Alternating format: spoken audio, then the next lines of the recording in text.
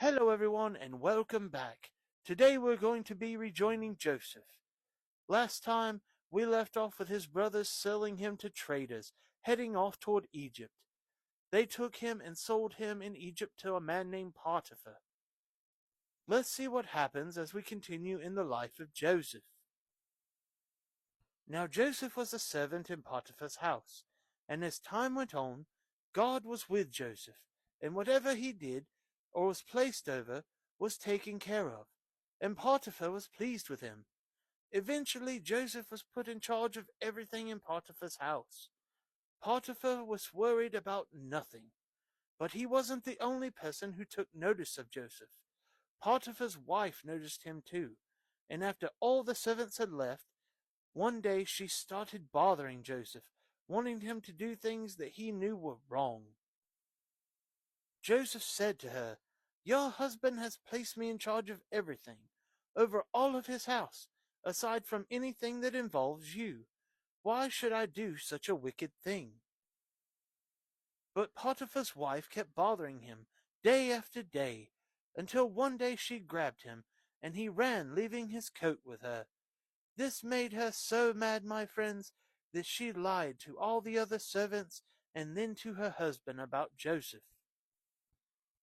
When Potiphar heard the lies from his wife and the other servants, he was furious. He took Joseph and he placed him in the king's prison. My friends, Joseph can't seem to catch a break. But even in prison, God was with Joseph, and he started taking care of things for the gods over him. And just as in Potiphar's house, everything Joseph was placed over did well in the eyes of everyone. Because Joseph was faithful to God, God helped him in these terrible and trying times. One day, the king had his cupbearer and his baker thrown in jail, and they both had dreams, but neither of them knew what they meant. Joseph could see that they were troubled, and asked them what was bothering them. "We've both had dreams, but we don't know what they mean." "God will know what they mean. Please tell them to me," Joseph said.